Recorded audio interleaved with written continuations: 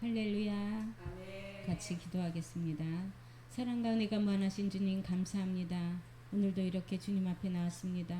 말씀을 통하여서 은혜 내려주시고 아멘. 부족하고 연약한 저희들 주님께서 붙잡아 주시사 아멘. 오직 하나님 앞에 붙잡힌 바 되는 자 되게 하여 주시옵소서. 아멘. 부족하고 연약한 종에게 성령으로 기름 부어주시고 아멘. 입술을 주장하여 주시사 오직 하나님의 말씀만을 대언할 수 있는 아버지 주님께서 함께하여 주시옵소서. 아멘. 주여 마치는 시간까지 주님 함께하여 주실 줄 믿사옵고 모든 말씀 예수 그리스도의 이름으로 기도 올리옵나이다. 아멘. 아멘.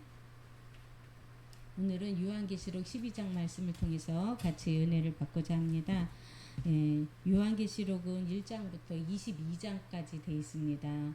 그리고 요한계시록에서는 주요 초점이 뭐가 있냐면 일곱 인과 일곱 나팔과 일곱 대접이 있는데 그 중에서도 가장 중요 부분이 어디냐면 일곱 나팔입니다. 일곱 나팔이 이스라엘 백성에게 하나님께서 주셨던 마지막 한일에 해당하는 그런 마지막 환란인데 그 일곱 나팔 중에서도 이제 일곱 나팔이 원래 성경 말씀에서는 요한계시록 8장 9장에서 나오는데 그 8장 9장에서 나팔의 개요를 얘기하시면서 중요 내용을 얘기하시면서 8장 9절이 나오고 10장에서 다시 한번 다시 이제 우리에게 하나님의 음성이 들려주시면서 다시 예언을 해야 한다라고 요한에게 말씀하시고 11장에 가서 무슨 말씀이 나오냐면 이 나팔 기간 동안에 주인공이 둘이 있는데 그 주인공 중에서 악역을 맡은 주인공 또 착한 놈을 맡은 주인공이 있었는데 11장이 그 선한 주인공 착한 주인공인 두 증인에 대해서 나옵니다. 그 다음에 이제 13장에 가면 악한 주인공이 나와요. 그 나팔 기간 동안에 활동할 그 주인공 중에 이제 그 주인공이 있는데 첫 번째는 선한 주인공은 두 증인이고 그 다음에 나쁜 주인공은 짐승입니다. 근데 짐승이 13장에 나옵니다. 그러면 8장 9장이 나팔에 대한 이야기였는데 그 나팔에 대한 이야기를 더 상세하게 얘기하면서 주인공을 초점으로 해가지고 더 깊이 들어가면서 설명을 하고 있으면서 11장에 이제 전반기에 그 7년 환란 중에서 전반기 3년 반에 활약할 하나님의 종 두 증인에 대한 이야기가 나오고 그 다음에는 13장에는 그때 이제 두 증인이 그 자기네들의 사명을 다 마친 후에는 이제 그들이 순교하고 그 다음에 이 땅을 정말 다스릴 수 있는 그 적그리스도의 그런 시대가 옵니다. 그게 13장에 나오는데 그 사이에 낀 게 바로 12장입니다. 11장은 하나님의 종들 두 증인에 대한 이야기고 13장은 성도들을 괴롭힐 이제 적그리스도에 대한 이야기인데 그 사이에 낀 게 12장 오늘 말씀입니다. 그렇다면 우리는 이제 성경에서 그 일곱 인, 일곱 나팔, 일곱 대접 그 중에서 중간에 있는 일곱 나팔이 가장 중요하고 그 다음에 일곱 나팔 중에서 그 주인공 전반기에 일할 두 증인과 후반기에 일할 짐승 그 사이에 있는 12장은 중요하겠습니까? 안 중요하겠습니까?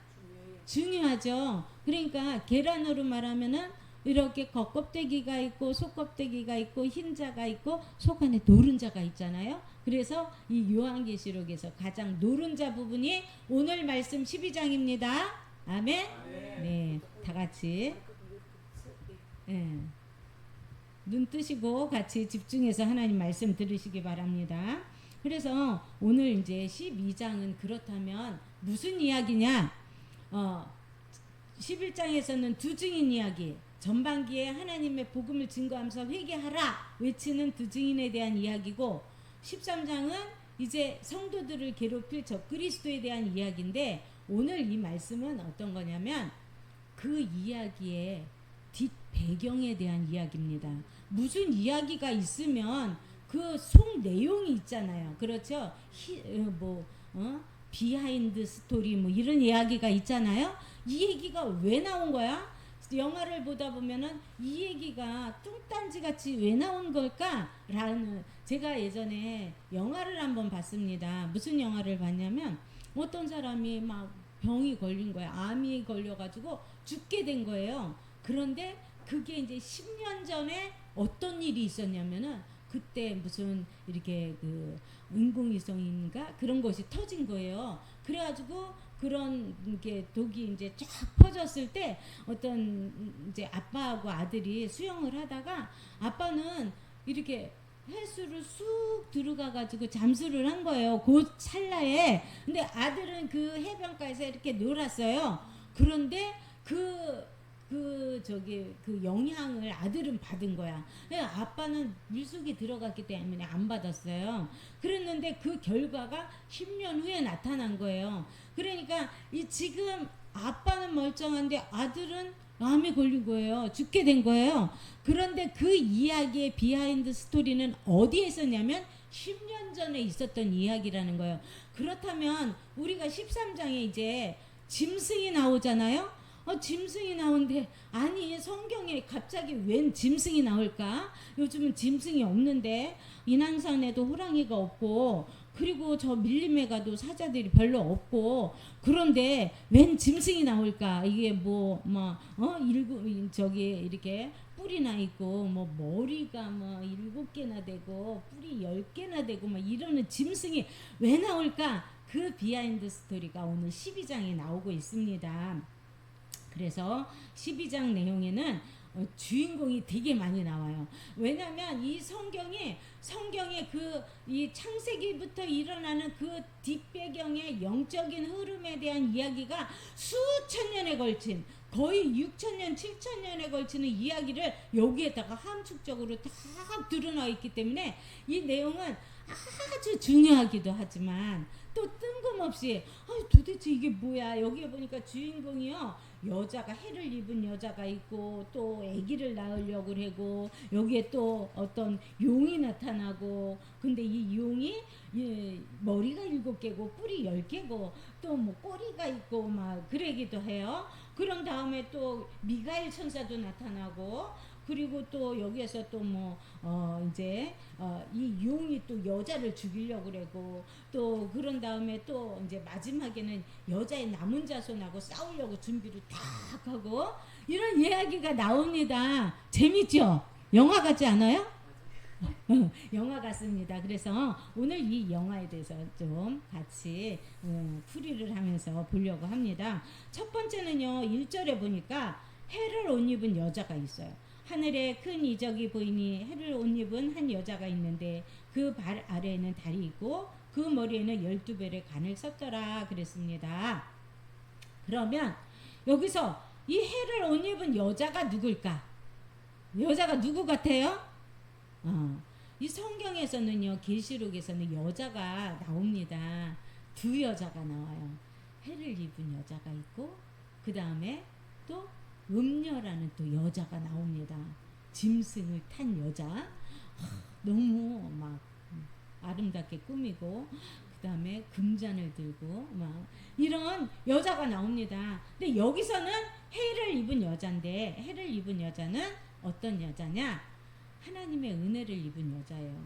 그런데 그가 뭐라 그러냐면 그 발 아래에 달이 있고 머리에는 12별의 간을 썼다 그랬어요.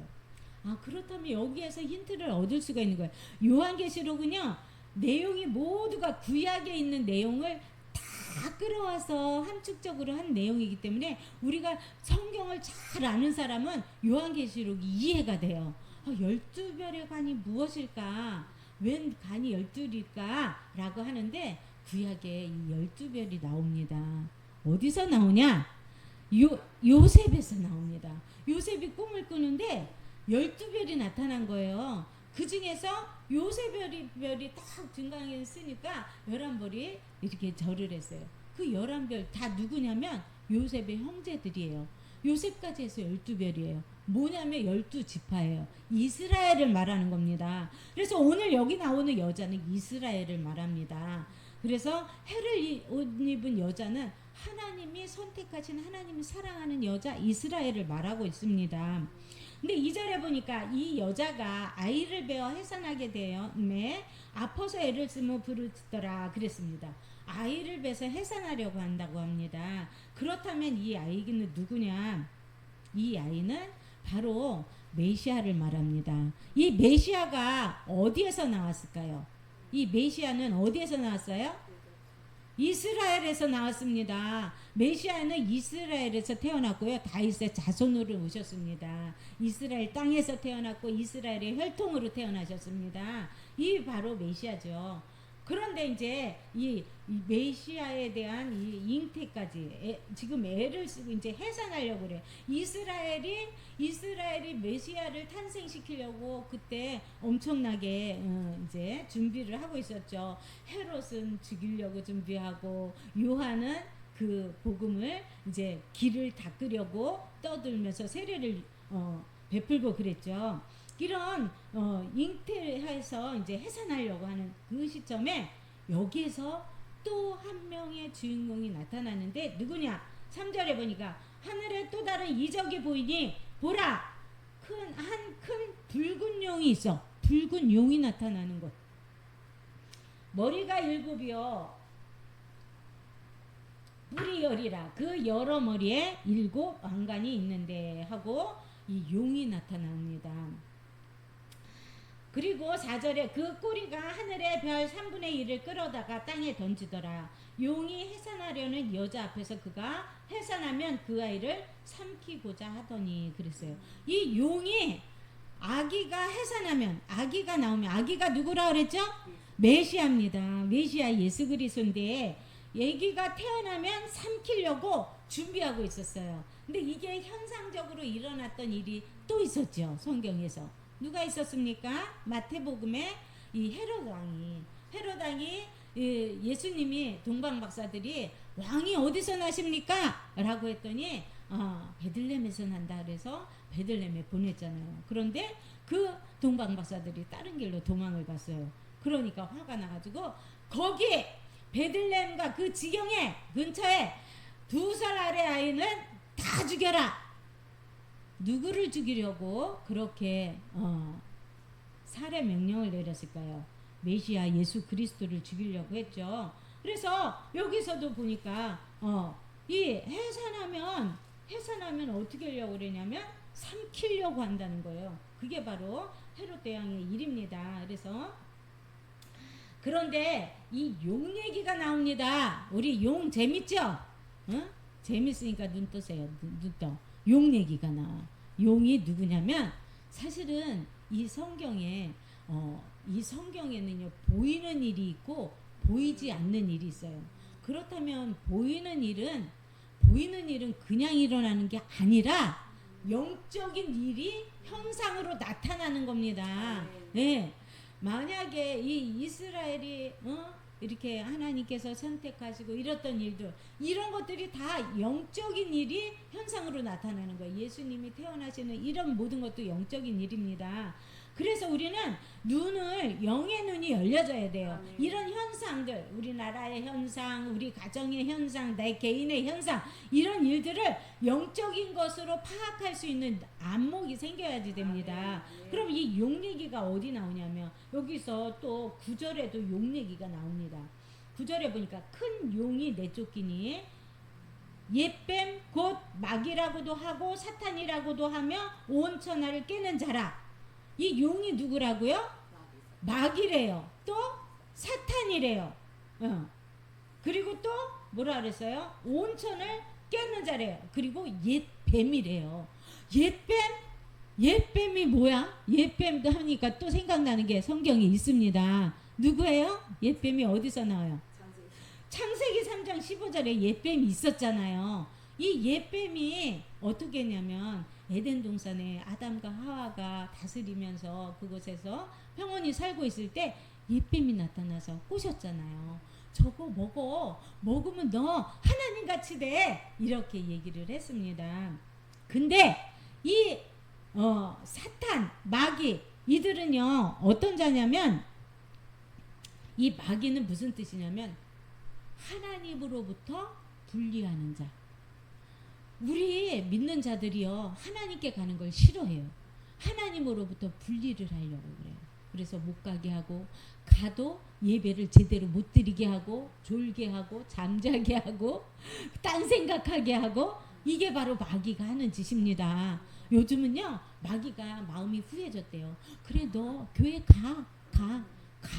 가기는 가는데 근데 깊이 기도는 하지마. 너무 그렇게 너무 그러면 좀 남들이 보기 안 좋아. 이렇게 가기는 가, 예배는 드려. 그런데 막 이렇게 아주 교모하게 엄청나게 이제 고단수로 나타난대요. 이렇게 이 마귀는 뭐냐면 하나님으로부터 분리하는 자입니다. 그리고 또 사탄, 이 사탄의 뜻은 뭐냐면 하나님을 대적하는 자, 하나님을 대적하게 만드는 거예요. 네가 하나님 같은 능력이 있어, 하나님같이 될 수 있어. 하나님을 대적하는 거잖아요. 이렇게 하나님을 대적하게 만드는 게 마귀와 사탄입니다. 그리고 온천을 깨어가지고 자기 편을 만들어가지고 그래서 하나님을 대적하게 만드는 게 이 용의 활약입니다. 그 용이 어디 있었냐면 창세기의 에덴 동산에까지 갔었던 놈이라 그를 가리켜 뭐라고 그러냐면 옛뱀이라고 그렇게 이야기를 하고 있습니다. 근데요, 이 옛뱀인 이 용은 그 에덴 동산에 있을 때 그 전에 일이 있습니다. 그 전에 어떤 일이 있었냐면 하늘에서 하나님을 대적했어요. 성경에 이사야 14장을 가서 보면은 뭐라 그러냐면 이사야 14장에 12절에 보니까 뭐라 그러냐면 너 아침의 아들 계명성이야 어찌 그리 하늘에서 떨어졌으며 너 열굴굴 엎은 자여 어찌 그리 땅에 찍혔는고 네가 네 마음에 이르기를 내가 하늘에 올라 하늘의 뭇별 위에 내 자리를 높이리라. 이게 무슨 소리예요? 하나님보다 높아지겠다는 거예요. 이 사탄이 여기서 사실은 이 성경은 지금 바벨론의 느부갓네살을 지금 바벨론 왕에 대해서 지금 하나님께서 이렇게 징계하시면서 하는 얘기지만 이 바벨론 느부갓네살을 얘기하는 게 아니라 그 얘기를 하면서 하나님은 항상 함축적으로 얘기를 하십니다. 이 얘기를 하면서 뭐 그때 당시에 그 심판을 얘기하면서 사실은 저 마지막 때 있을 마지막 심판을 중복적으로 얘기를 하십니다. 그래서 하나님의 말씀엔 항상 중복적인 뜻이 들어있는데 여기서 이 계명성이 느부갓네살을 얘기하는 것 같지만 실질적으로는 마지막 때 이 용을 말하는 것입니다. 근데 이 용이 하늘에 떨어졌어요. 하늘에서 떨어졌어. 원래는 이 용이 루시엘이었대요. 루시엘은 뭐냐면 천사, 가장 높은 천사 세 일명 중에 하나였다는 거죠. 미가엘과 루시엘과 그 다음에 가브리엘이 있었는데 이제 이 루시엘은 어떤 자였냐면 찬양을 맡은 자래요. 하나님을 찬양하는 자. 그리고 이제 그 뒤에는 이 높은 자가 있으면요 그 밑에 따르는 천사들이 있어요. 그 왕궁에도 그러잖아요. 무슨 높은 사람 있으면 그 밑에 이제 군사들이 엄청 많잖아요. 천부장이 있으면 그 천부장 밑에 1000명의 부하가 있듯이 이 루시엘에게도 뭐냐면은 천상의 천사 중에 3분의 1이 그를 따른 거예요. 그 다음에 미가엘 천사는 싸우는 천사, 싸우는 천사인데 거기에도 또 천사가 있었고, 그 다음에 가브리엘 천사는 이제 소식을 전하는 천사, 하나님의 말씀을 전하는 천사인데 그 밑에도 이제 있었는데 이 루시엘이 하나님을 대적한 거예요. 내가 이렇게 아름다운데 찬양을 하니 얼마나 흠모하겠어요. 그 모습이 얼마나 아름답겠어요. 그러니까 내가 더 높아지는 자리는 저 자리다. 그래서 그곳에 내가 높이 올라가리라. 그러다가 하나님으로부터 쫓김 받았습니다. 그래서 그가 어떻게 되냐면 에베소서 2장 22절에 보니까 공중에 권세 잡은 자가 있다 그랬어요. 이 공중에 권세 잡은 자들이 하늘에도 이게 그 하늘에도 다 단계가 있습니다. 1층 천 하늘이 있고 2층 천 하늘이 있고 3층 천 하늘이 있는데 하나님 높은 보좌는 3층 하늘에 있습니다. 근데 이 루시엘이 쫓겨났는데 어디로 쫓겨났냐면 공중으로 쫓겨난 거예요. 두 번째 하늘로. 두 번째 하늘로 쫓겨났어요.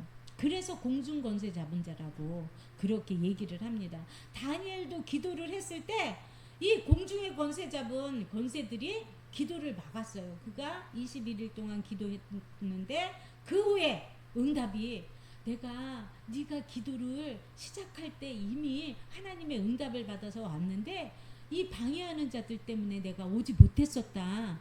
그러나 싸워서 이겨서 이렇게 왔다. 그렇게 다니엘에게 가브리엘이 얘기하고 있습니다.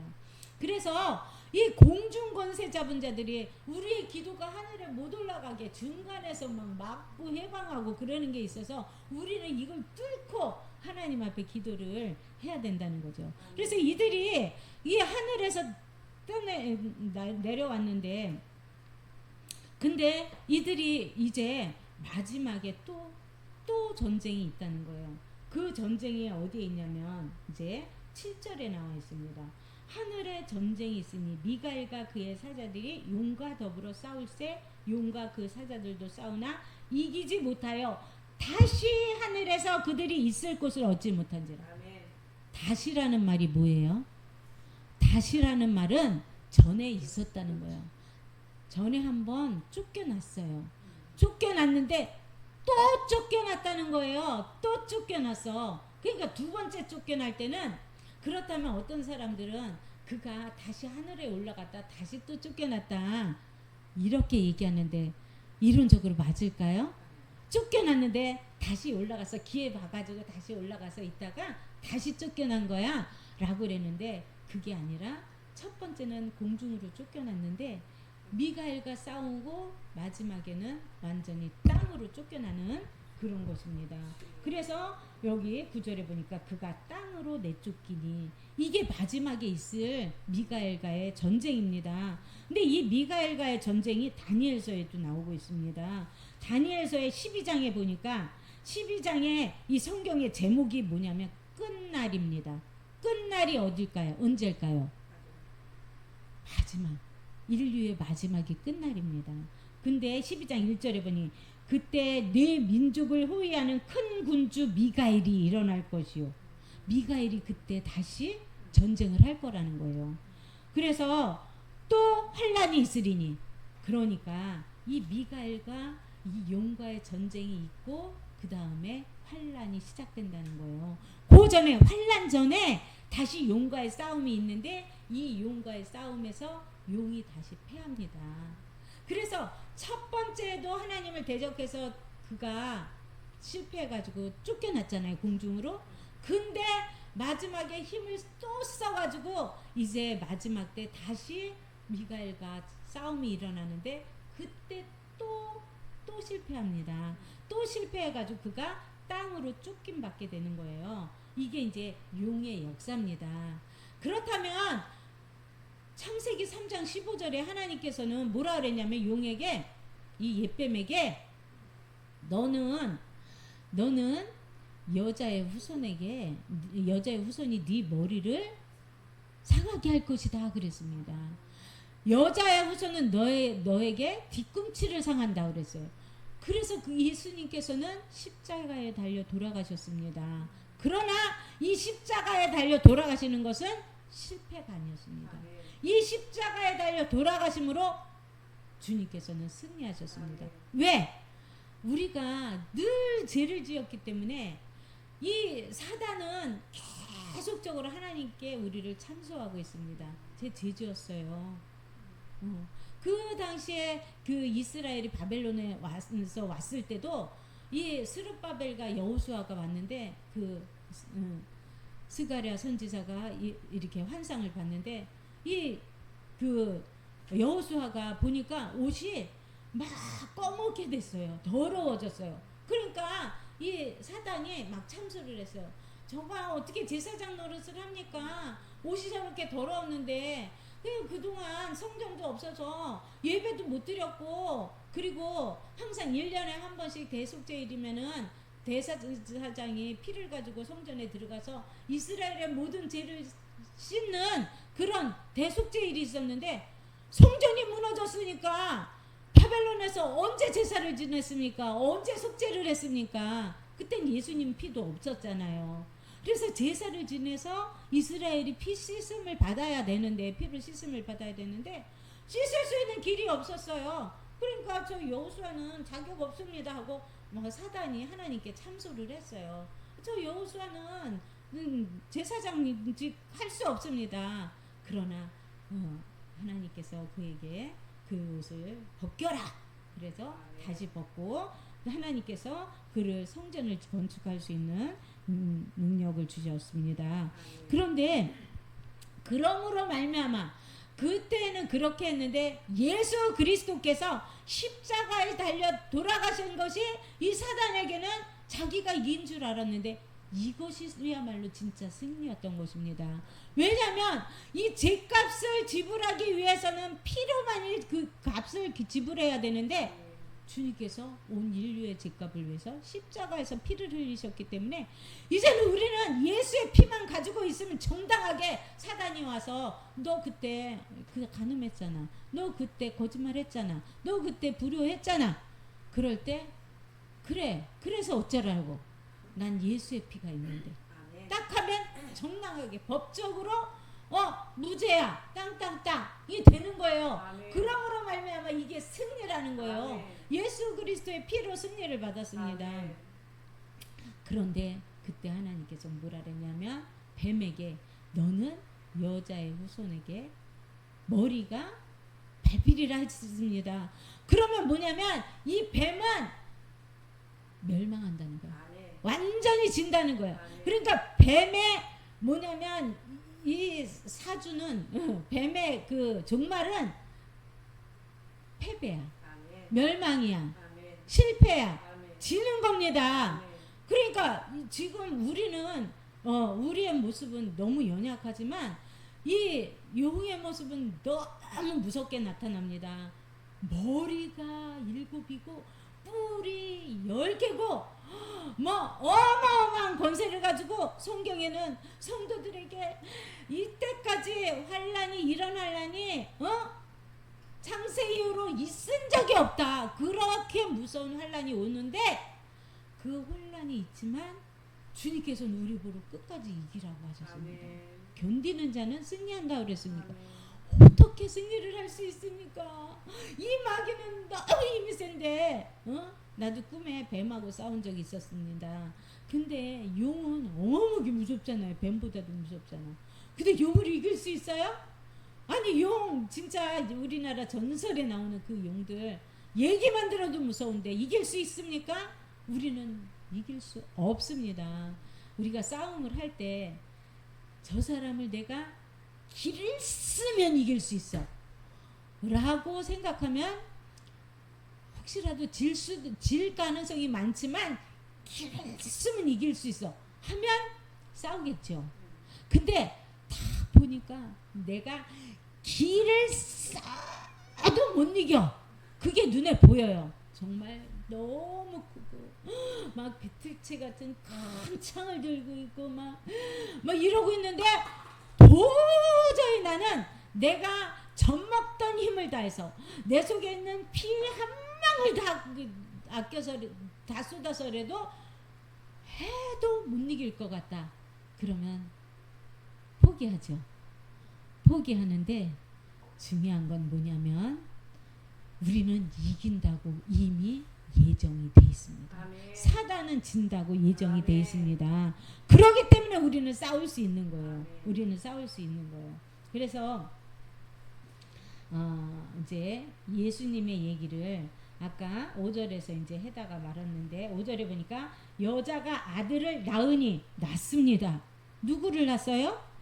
예수 그리스도를 낳습니다. 이는 장차 철장으로 만국을 다스릴 남자라. 누구예요? 철장으로 만국을 다스릴 자가 예수 그리스도죠. 아멘. 그 아이를 하나님 앞과 그 보좌 앞으로 올려가더라. 아멘. 승천하여 하늘로 올라가셨습니다.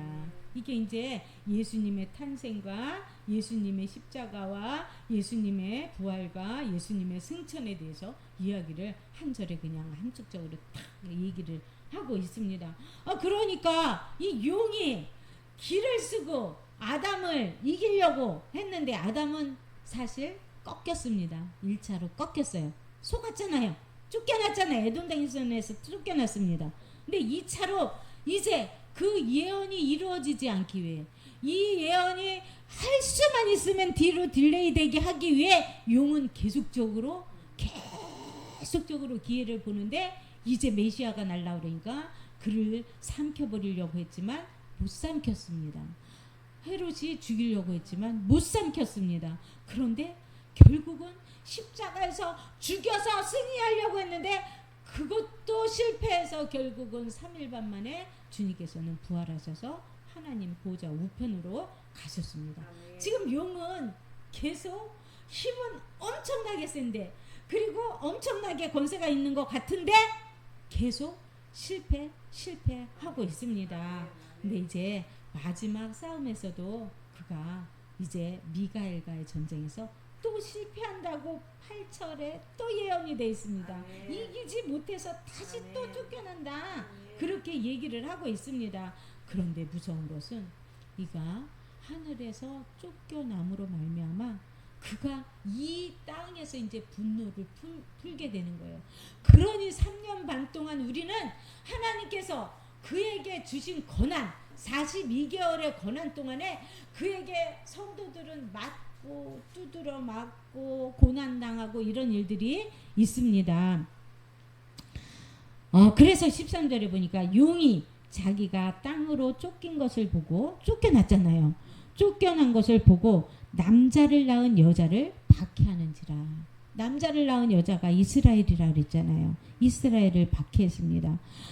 그 다음에 그래서 이 여자가 근데 이 뱀이 어떻게 했냐면 이 여자를 공격하려고 뱀이 15절에 보니까 그 입으로 물을 강같이 토해서 여자를 물에 떠내려가게 하려고 하고 있다는 거예요. 그래서 이스라엘은요 2000년 동안 어마어마하게 고난을 당했습니다. 전 세계에 흩어져서 쫓겨다니면서 도망다니면서 고난을 당했습니다. 그리고 그 이스라엘이 1948년에 저 조그만 나라를 세웠는데도 불구하고 그 사방에 있는 중동의 나라들이 전부가 그들의 목표는 뭐였냐면 이스라엘을 없애버리겠다. 지구상의 지도에서 이스라엘을 없애버리겠다. 이스라엘을 다 떠내려 버려가지고 저 지중해에 다 쓸어버리겠다. 이게 목표인 거예요. 지금 이란도 그렇게 그 목표를 가지고 이스라엘을 죽이겠다, 끝까지 하겠다, 막 이렇게 하잖아요. 그러나 하나님께서 그들이 48년에 나라를 세웠는데 중동의 그 큰 나라들이, 부강한 나라들이 이 조그만 나라를 집중적으로 했지만 아직도 못 죽이고 있습니다. 왜냐? 하나님이 지키고 있기 때문에, 하나님이 보살피고 있기 때문에. 그런데 16절에 보니까 땅이 여자를 도와 그 입을 벌려 용의 입에서 토한 강물을 삼키니, 그래서요. 땅이 도와준다는 거예요. 하나님께서 도와준다는 거예요. 어떤 분 얘기를 들어보니까 이게 땅이 바로 미국이라고 그러더라고요. 미국이 이스라엘을 도와서 이기게 한다. 지금도 사실 미국이 도와주고 있잖아요. 미국 힘으로 버티고 있잖아요. 예, 이스라엘이 요만하대요. 땅이. 그렇게 그 지역의 모든 땅들보다 500분의 1밖에 안 되나 그렇게 작은 땅인데도 하나님이 지키시니까 아직도 건재하고 있습니다. 이제 마지막 17절에 뭐라 그러냐면 용이 여자에게 분노하여 돌아가서 그 여자의 남은 자손 곧 하나님의 계명을 지키며 예수의 증거를 가진 자들과 더불어 싸우려고 바다 모래 위에 서 있더라. 이 용이요 이스라엘을 그렇게 죽이려고 바둥바둥거리고 진짜 애굽이 이스라엘을 삼키려고 해도 결국은 나갔죠. 또 아수르가 이스라엘을 삼키려고 했지만 자기네가 먼저 멸망했죠. 바벨론이 삼키려고 했지만 결국은 고레스 왕에 의해서 다시 풀려나게 됐죠. 페르시아가 그렇게 했지만 결국 페르시아도 멸망했습니다. 헬라가 이스라엘을 집어삼키려고 했지만 그 안티오쿠스 에피파네스가 그렇게 성전에다가 제우스 신을 세워놨지만 결국은 그도 죽였습니다. 나중에 로마가 이스라엘을 그렇게 핍박했지만 아직도 이스라엘은, 그들은 지구상에서 없어졌는데 이스라엘은 아직도 남아있는 거예요. 사라졌는 줄 알았더니 1900년이 지난 다음에 우뚝 세워졌어요. 이스라엘이란 나라가 딱 생겨버린 거예요. 하나님이 지키고 있는 거예요. 그런데 이 용은 첫 번째 아담을 천국에서도 실패해서 쫓겨났고, 그 다음에 또 예수님을 삼키려고 하다가도 실패했고, 그 다음에 십자가에 못 박아 죽이려서 이기려고 했는데도 또 실패했고, 그 다음에 미가엘과 싸워서도 또 진다고 얘기했고, 그 다음에 이스라엘에게 물을 뿜어서 이제 강물에 이제 하려고 했는데도 그 땅이 도와줘서 이스라엘이 멸망하지 않는 거예요. 그러니까 이 용이 화가 나겠습니까? 안 나가겠습니까? 분하겠습니까? 안 분하겠습니까? 이 분을 품기 위해서 마지막으로 도전하는 대상이 누구냐면 17절에 나오는 여자의 남은 자손입니다. 그럼 이 여자의 남은 자손은 누구일까요? 이 여자는 이스라엘이라 그랬잖아요. 근데 그들에 의해서 접붙임 받아서 복음이 들어간 곧 그러면서 설명이 나왔잖아. 하나님의 계명을 지키고 예수의 증거를 가진 자. 예수의 증거를 가진 자 누굴까요? 우리 예수 믿는 성도를 말합니다. 이 성도들하고 싸우려고 그런데, 첫 번째는 예수님하고 싸우려고 그래. 첫 번째는 하나님과 싸우려고 그래다 지고, 두 번째는 예수님과 싸우려고 그래다 지고, 이스라엘과 싸우려고 그래다 지고, 마지막으로 누구랑 싸우려고 그러냐? 여자의 남은 자손. 바로 성도들과 싸우려고 지금 모래 위에 서 있습니다. 그가 바로 누구냐면 13장에 나오는 짐승입니다. 이 13장에 나오는 짐승이 3년 6개월 동안 성도들과 싸워서 이기는 듯하게 보일 겁니다. 그러나 그는 결국에는 저 지옥불에 떨어지게 되겠죠. 그러나 우리는 여기서 중요한 게 뭐냐면 결론을 알고 있잖아요. 아까도 얘기했듯이 저 사람하고 싸워서 내가 죽을 힘을 써도 못 이길 것 같다면은 희망이 없지만, 그런데 우리가 결론을 보고 있어요. 영화를 봤는데 결론을 보고 왔어. 야야야, 내가 거기 먼저 후기를 봤더니 그 주인공이 안 죽는데 이긴대. 그럼 영화를 볼 때 막 주인공이 총을 맞아서 피를 막 흘려. 그래도 안 죽어. 보니까 또 총을 맞아서 그래도 안 죽어. 요번에는 또 막 머리 요쪽으로 다 총알이 쫙 지나가. 그래도 안 죽어. 왜요? 보고 왔잖아. 안 죽는 거 보고 왔잖아요. 그래서 우리는 이 말씀에 봤잖아요. 주님께서 예언하셨잖아요. 머리를 상하게 한다고 했잖아요. 결국은 그가 죽는다고 했잖아요. 그런데 여기서 승리하는 방법이 있습니다. 11절에 보니까 뭐라 그러냐면, 또 우리 형제들이 어린 양의 피와 자기들이 증언하는 말씀으로써 그를 이겼으니.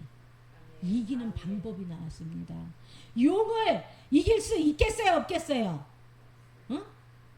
경배야, 용이 나타나서 너 싸우면 이길 수 있겠어, 없겠어? 없지? 근데 이기는 방법이 11절에 나왔습니다. 어린 양의 피로 하면 이긴대. 아무리 대단하게 막 이렇게 몇 1m로 돼 있는 창고에 열쇠가 꽉 잡혀져 있어도 이거를 여는 방법이 있는 사람이 있어요. 비밀번호를 알고 있는 사람은 손가락 하나로 열 수가 있어요. 폭탄을 터뜨려도 안 돼, 발로 두드려도 안 돼, 곡괭이로 해도 안 돼도 비밀번호를 가지고 있는 사람은 쉽게 열 수가 있듯이 이 용을 이길 수 없어. 이길 수 없지만 이기는 방법이 뭐냐? 오늘 말씀에 나와 있습니다. 어린 양의 피로 그를 이겼으니. 어린 양의 피로. 여러분들이 어린 양의 피로 내가 거듭나서 내가 하나님의 자녀가 되고 인침받았으면 이 용을 이길 수 있습니다. 아멘. 또 하나 뭐냐? 자기들이 증언하는 말씀으로 이겼다는 거예요. 아멘. 우리가 말씀에 깨어 있어서 승리하는 여러분들이 다 돼야 됩니다. 아멘. 그래서 우리는 주님께서 우리에게 주시는 핵심 말씀, 7교회에도 계속적으로 책망한 교회도 하신 말씀, 칭찬받은 교회도 하신 말씀, 계속 하시는 말씀이 이기는 자에게 아멘. 상을 주신다고 했습니다. 아멘. 이기는 것이 우리 목표입니다. 아멘. 요한계시록의 목표는 이기는 자가 되는데 무서운 용 너무 무서워. 3년 반 동안 고난당한데 얼마나 무서운지 몰라. 무서운 게 초점이 아닙니다. 뭐가 초점이냐?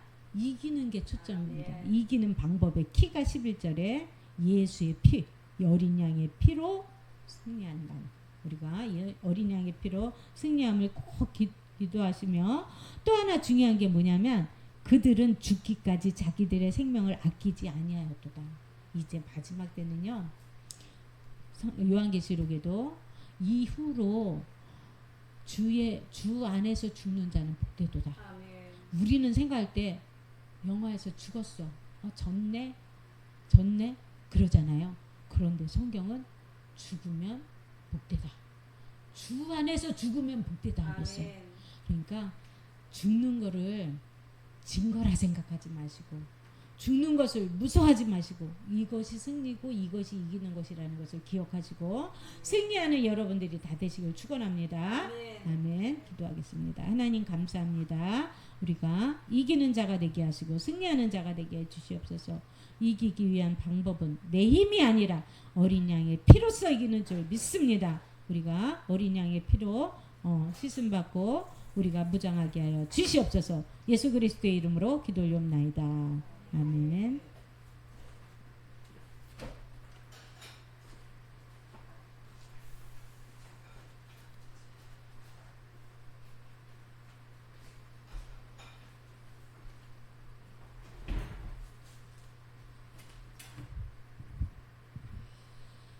이기는 자가 될 줄로 믿습니다. 아멘. 오늘 찬송가